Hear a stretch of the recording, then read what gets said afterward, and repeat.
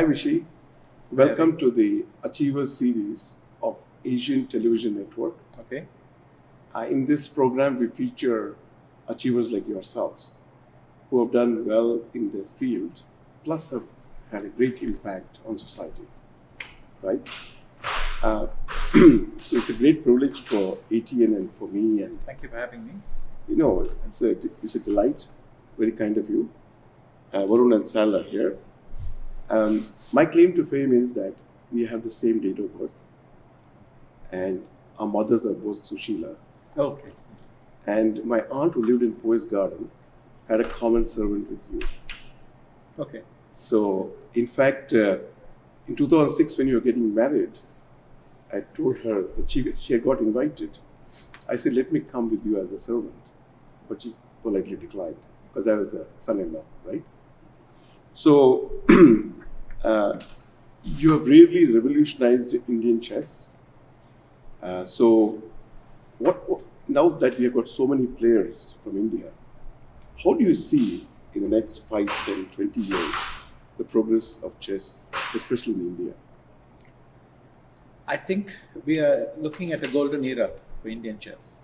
Just on the basis of the absolute top players, that is the 5 or 6 who have already broken through, who are in the top 10, top 20.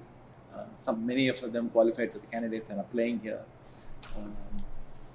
Just based on those, we will have a presence in all top tournaments for the next 5 to 10 years at least. Mm-hmm. And that doesn't even count the pipeline of players that we have who are all emerging. Lots of incredibly strong youngsters. And generally this is a theme. They're all very young. Mm. So lots of youngsters waiting, and they are just 1 or 2 good results, a little bit of growth away from breaking through. So I expect India to have quite a presence, top of world chess for the next 5 to 10 years easily.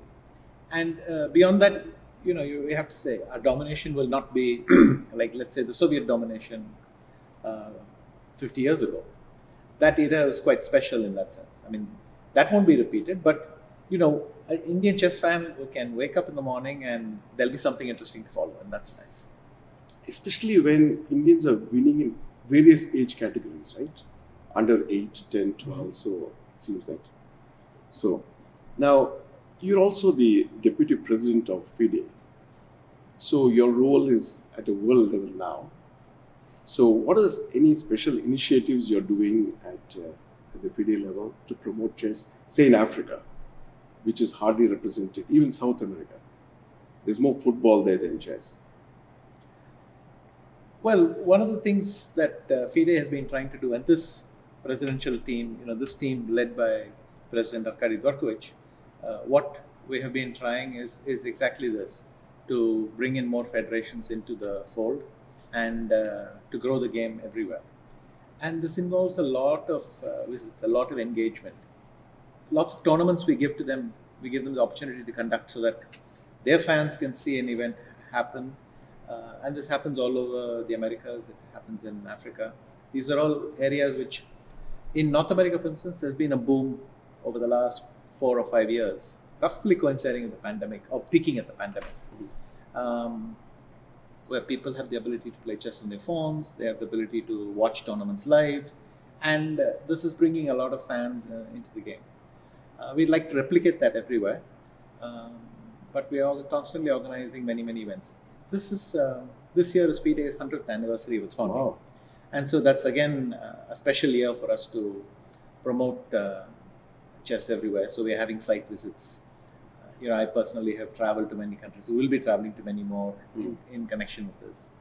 And besides that, we have a lot of social impact programs for youth, for prisoners, for women. And we try to actually do a little bit of everything. Get more women into the game, get more people in the game, because these things are reinforcing. If you get one group, another group joins them as well. And that's what we are trying to do. Excellent. Now, of course, when you started, there were only books available, right? So there's this famous anecdote in Manila where they said that. Can you share that with us? Yes. So The Philippines used to have quite a good chess scene back in the 70s. And there was especially one person who was doing a lot. He was a person called Florencio Campomanes. So in the Philippines, they used to have a 1 hour show on chess every day on TV, which was for that time quite unique. But I guess they expected the audience to be slightly older, so they slotted it at between 2 and 3 in the afternoon. Of course, I was at school, but my mother would watch the show. So it typically consisted of them showing a game which had been played somewhere around the world. They would show that game, and then at the end they would have a puzzle which you could solve. And so my mother would write down everything they showed about the game. And then we would solve the puzzle together and send in our answer. They would put all the correct answers in a box and draw one out. And that lucky winner could come to the next show where he or she would be given the award, and then they could collect a chess book as a prize. And so, yeah, and of course, my mother and me, very sincere, very dedicated. We would solve the puzzle every day and send it off. And towards the end of our stay in the Philippines, they told us, okay, please don't compete anymore because it looks like no one else is competing. But why don't you come and help yourself? So they just let me into their library and said, yes, just help yourself. So I was so happy, a kid in a candy store, literally. So I grabbed like 15 books and we took them back. And they're still there. I've got all 15 or 16 books that I took to them, and that was huge for me. So you discovered chess through your mother and the family they were playing, right? Very much. My mother was from a chess playing family herself, and she knew how to play the game. So she taught me how to play. And then when she saw that, she never had time to pursue it herself. But when she saw that I was interested in the game, she then, after a few months, she put me in a chess club, the Carl Chess Club. And that's kind of how it got going. So, and I know Aruna, your wife, has been a great support, and most YouTube videos we see Aruna as much as you now, and you're also part of the E4 initiatives, apart from many other initiatives. So, for these young upcoming talent, how important is family support for their success? It's quite an axiom to say that behind every successful chess player, there's a tired woman, an exhausted woman, but also you can extend that to the family. Really, if you take Gukesh, Prag, Vidit, all of them, they have parents who accompanied them to all the junior and sub-junior tournaments for years. And many of them, in fact, are very close to each other because they're battle tested.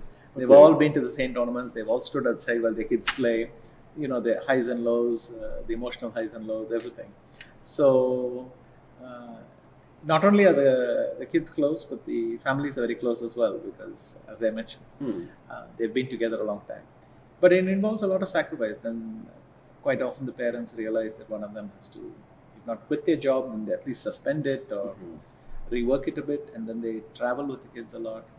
I mean, that kind of investment that the parents do, we can't replicate in sports. There's no sports structure which can replicate that. Yes. It's amazing volunteerism with parents. But Indian parents in general are sacrifice a lot for the kids. So I think this continues that tradition. It's huge. You can't overestimate the impact that they have. Like we see Pragnananda's mother and Gukesh's father, and so we can see how that's relaxing the candidates. Yes, and because they travel, they know their son's moods. They get very sensitive to this thing. Before a game, they're very tense, so I've got to leave them alone. I will move around, and you can see some of the parents just step out of the room for a couple of hours during the day because they understand they want to be left alone, and they just hang around, go for walks in the city. They're lost, they do it, and this is just a huge contribution to these youngsters. And also the ability to handle pressure must be very important. For example, in the Sofia Championship, there was a volcanic eruption. Can you explain? You were driven all the way for 40 hours Can you please share that with us, the experience? Sure. So what happened was I was going to play a match in Sofia, and we had arranged for the whole team to assemble in Frankfurt. We would take the flight on 15th and reach. We'd reach Sofia an hour and a half later, and we'd get settled in our hotels. About a week before the event started. On the 14th, in fact, suddenly the Icelandic volcano erupted. And then, because at that point they were not sure, that the volcanic ash wouldn't get into the engines of a plane, the jet engines, and they didn't know the consequences. So, as a precautionary measure, they shut down air traffic all over Europe. Because the gas cloud was slowly expanding from Iceland and it was being blown slightly eastwards. So it was starting to cover Europe. Funny thing is, when you looked up at the sky, it was clear. Best skies, because it seems that this cleared the air. But this is fine dust we're talking about. So they just couldn't tell its impact in general. So 15th we couldn't travel, 16th we couldn't travel, 17th we couldn't travel. And then we decided to bite the bullet. On the 18th of April, we hired a van. And by the way, this wasn't easy because everyone was running into the same problem. So you couldn't get vans. You couldn't get cars to drive you. You couldn't. Trains were overbooked. Or we found a van which was willing to drive us from Frankfurt to Sofia. And well, we had to go. And the worst thing is, on the 18th, if you board your van and then you reach when you reach, and somebody, let's say the sky's clear, air traffic opens again, the plane will overtake you in 1 hour. So, there's that hesitation there. But anyway, we decided to do it. We drove 40 hours in total through southern Germany, then Austria. We went to Hungary. Then from Hungary, we crossed the Romanian border. We drove across the Romanian border, and then we crossed the Danube into Bulgaria. And we had a further 3 or 4 hour drive to Sofia. And at the end, we thought, okay, it's so dark, let's just go fast. But eventually, some traffic cops stopped us. And then he said, oh, you're the chess team. Because apparently we'd made the news already with this struggle. And so we reached Sofia. Instead of having a week of rest and preparation, we had to start on day 6. And then there was a problem that suddenly it seemed that Topolo would have access to a very strong supercomputer. So we had to rework our preparation. It was very, very chaotic times and things, but as a team, we stuck together very well. Obviously, my wife played a huge role because while we were traveling, she was negotiating with FIDE, she was negotiating with everyone concerned with the embassy and so on, and doing all this from a car, somewhere lost in the woods of Romania. And it was a very intense experience, but luckily we won in the end, and that was the main thing. So you have won virtually every award in India, like Padma Bhushan, everything, plus the Khel Ratna. You won 6 Oscars. But you also have a planet named after you, Viswanathan. So we hear that you're an astronomy buff, right? So how did that happen?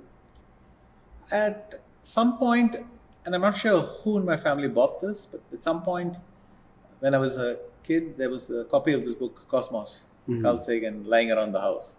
So I picked it up, started to read, and I always had an interest in the subject. I mean, who doesn't fall in love with these pictures of galaxies and spirals and gas clouds and nebulae and whatever. So I was always interested in the subject.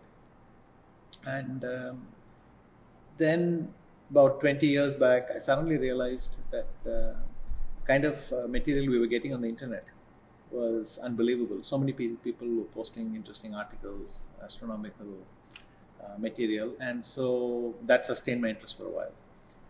Obviously, it was a very nice coincidence to come to Toronto just around the eclipse. Obviously, that wasn't planned that way, but it worked out brilliantly. And I've always been interested. And as for the planet, it turned out there's a chess player. So they keep cataloging all these little objects they spot in the sky once they know some rough location. And eventually the catalog builds up, and then they have a committee which screens thing and tries to name all of them. and you can propose any name you want. So there was a chess player, Michael, who decided he would put my name in. Apparently, he liked some of my games. So that got in there. And funnily enough, on April 1st, this announcement came that I had been planning to be selected. So for the first few hours, I was telling everyone, no, it must be an April Fool's joke. And then I had to correct myself a few hours. It was not an April Fool's joke. It's just that they presented the paper. And yes, so there is a very small, a very cold object floating around between Mars and Jupiter. Wow. And it's called Viswanathan 4538. Wonderful. It's a unique honor. Yes. So you're more than a star. So, of course, this is a cliche, but we'd like to hear from you how you're traveling in the train in Europe, and you told somebody, I'm a professional chess player. Actually, it's happened in Kerala. So I was in Kerala. In Kerala, I became a grandmaster, and then I was traveling in a train somewhere in Kerala. I was going for a felicitation function, in fact, for that, and there was an elderly gentleman, and as is they want. I mean, these are days before you could stare into your own mobile phone all the time, so people talk to each other. And so he asked me, young man, what do you do? So just normal conversation. I mean, normally I would bypass the question and say, oh, I'm going to be an engineer or something, because saying that you're a chess player will always provoke more questions. But having become a grandmaster, I was feeling a bit chipper, and I thought, well, why not try it? So I said, I'm going to become I play chess.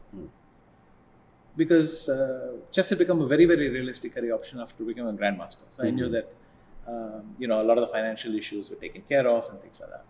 So he then said, okay, but what do you do? So I realized then it wasn't going to be easy this time either. And I said, no, I play chess. I'm going to play chess for a living. There was a bit more dialogue, like along these lines, and he's really probing for information. And then he said, well, young man, if you don't mind some advice,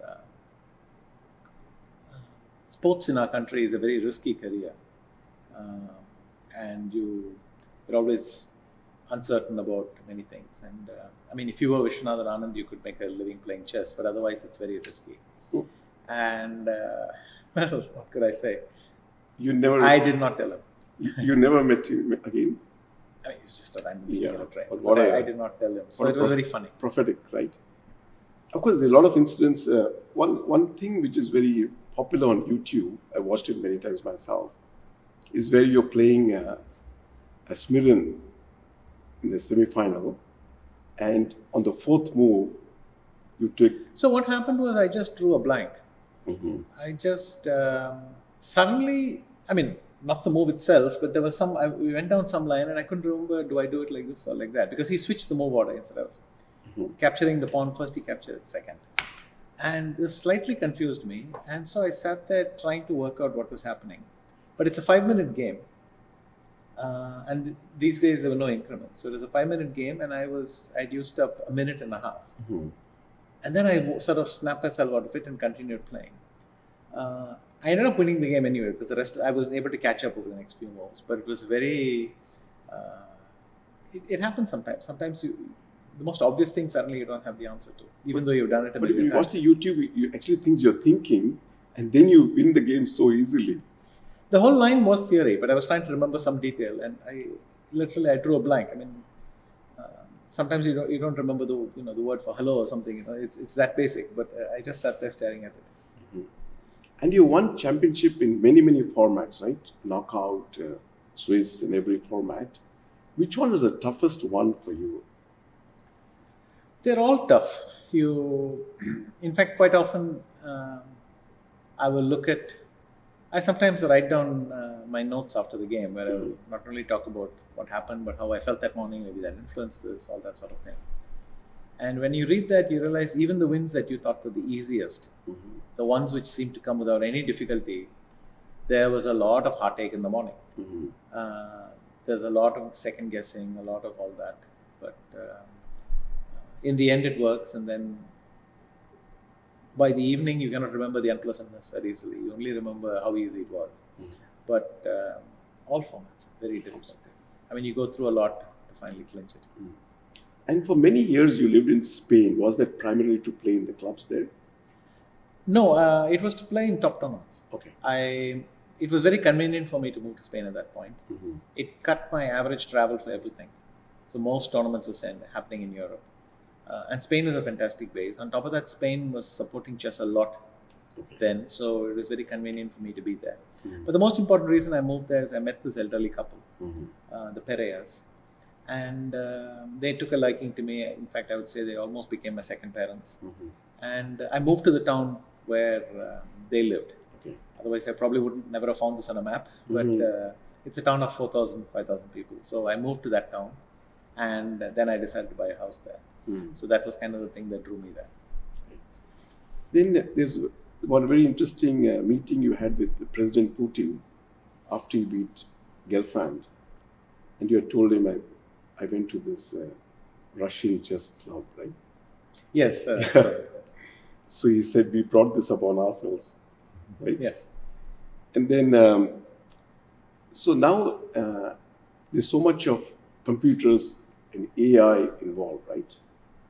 So the way of training for these new kids, like even Topalov used a supercomputer, which I think you lost the first game then. So that's going to play a larger and larger role as time goes by, right?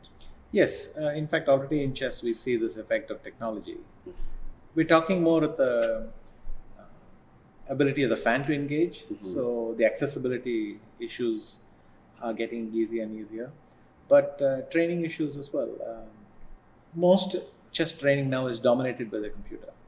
If there's a human element, we're trying to explain, we're trying to interpret what the computer says and condense it into some useful bit of information. But we're not sharing our own thoughts that much. You can share your experiences, what you feel in the position and so on.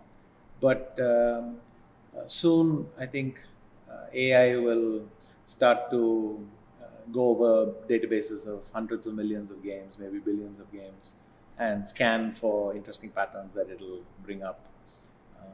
Even there might be a lot of direct teaching. So that's the direction in which chess is moving. And also, you had actually played this advanced chess where you could use computers, and there's 960, all kinds of chess. So are you a purist? You still prefer the traditional chess, or you're open to? I'm open to everything, but you play the format that's going to happen. So it comes down to that. But yes, advanced chess hasn't really caught on because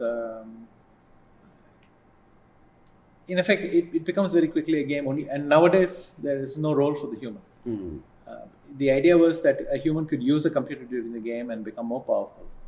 But in a modern game, there'd be hardly any role for the human. The computer is a computer is about 1,000 points stronger than the best human, so the gap is huge. But whatever we do, we will then be engaging closely with computers and engines, because that's the way technology is going. So there are many videos about this greatest of all time. They call them GOATs. You're also a GOAT. So in your view, who would you rate the best chess player ever? I think this is not an easy question to answer, simply because it's a moving platform. The kind of challenges, let's say, Capablanca faced, and I experienced just enough of that. I mean, I came along many years later, but the chess I played when I was young is similar to what Capablanca would recognize it. Modern chess, he might not recognize. In fact, he might be surprised that there's something which is giving answers faster than the best human brains. But so it's very difficult to compare eras. I generally say I like Bobby Fischer and leave it at that. So I think when you say who's the best player, I think typically you want to answer it. Who you felt had the most impact on you? And so I just leave it with Bobby Fischer. So, like Bobby Fischer, of course, he quit chess pretty early. because of probably of That's not what inspired me, but anyway. No, no. Good one. But so handling pressure is very important, right? Because when these candidates are playing, the whole world's watching, and there's so much intense preparation. So how do you manage stress, especially when you're playing an opponent like Kasparov, who's making all these weird noises and you know? It's not a big deal. To be honest, sometimes a player sitting there very quietly can also stress you out. I don't think that's very important. But the point is, if you watch this candidates tournament, and you'll see all the players have their pre-game rituals. They come there, they fidget, they think, some like to sit and close their eyes, and some will put their fingers on their ears, and everyone is trying to block things out and get some sort of focus. And so it's highly individual, but everyone deals with it all the time. And if you watch this tournament, in fact, in a few hours they will be playing here, and if you watch them, you'll see the signs that there's a lot happening inside, even if they're very quiet. So did you have any particular ritual yourself? Yes, I like to, for instance, whenever I walked into a tournament hall, I avoided eye contact with anyone. Okay. Especially fans, because for some strange reason, even if a fan told me good luck, you'll win easily and all that, it freaked me out. I mean, when you're wound up, you don't want to, anything that disturbs you kind of bothers you. Yeah. So I try to avoid eye contact with people, walk straight to my board, sit there. I just wanted to avoid every interaction. I thought take some effort out of me, so I tried to. And I would try to collect my thoughts, things like that. Everyone has their peculiar routines. They may not even be aware they're doing it. Then I read that you're a great fan of the Police and Sting. Yes, this year I managed to attend a Sting concert. Wow. In Mumbai, of all places. But yes, I grew up listening to these great albums. I mean, and artists. So probably music is a relaxer, I guess. Yes, very much. It's something which you can allow to play in the background. Sometimes even when we're working, you like to have some music in the background. And I know a lot of chess players do this. Okay. Now, for us Indians who live outside India, of course, you can take an Indian outside India, but you can't take India outside India. So, do you have any advice for us how we can help chess in India and elsewhere? What could we do as fans? Because chess originated from India, so it's our legacy in a way, right? Yes, I think play more of it. Support some of our youngsters. Already, I have a foundation, an academy called the West Anand Academy, where we are working with the top youngsters. In fact, Gukesh, Pragnananda and Vaishali are all in our academy. But beyond that, there are many organizations. I know that you have also been involved with the Group E4, which raise money, sort of crowdfunding, raise money for chess players. That's very nice. But simply reading about us, about chess players, following the game a little bit, does feed in. So that is the best thing. So this chess league which has started, maybe at some day it will be like the IPL? That's the hope, probably. Definitely the IPL was one of the inspirations, not only for chess but for many sports, to copy this franchise-based league. But it's a very original format. So the Tech Mahindra group has gotten together a lot of franchises. And we have an annual event. So it's going to happen again this year, around about October. And it's 6 franchises. They have a diverse team composed of men and women. And it's really, the whole setup is geared for television. And the idea is that if you make, which needs a slightly different presentation from, let's say, the online thing. So chess already has a big tradition of online broadcasts, but this is an attempt to put it on television, and I think it's doing very well. Last year we had very innovative formats. things like 4 points for black versus 3 points for white, and they tweak a lot around the edges, and it made the result very exciting. The teams that won didn't actually were not leading one day before the end, but everything happened in the last round. So they tried to produce drama. So, looking back at your chess career, which is, of course, you don't look your age at all. So, what will be a few key traits a champion should have, especially such an arduous hard work? It's a lot of hard work. What would maybe one or two key attributes you think? I think passion is one thing almost all chess players share. If you can get a chess player talking about a position, it's very hard to get them to stop talking about it.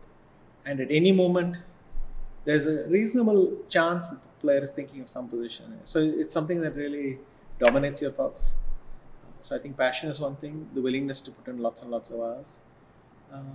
Also an ability to criticize yourself, to objectively face up to something and say, I'm doing this badly. Now, you can easily deceive yourself, but you should face up to it and say, well, I do this badly, I need to get better here, and then work on improving that. That is a key factor, I think. Of course, one of your chess fans wanted me to ask you, if you were to be a chess piece, what would that be?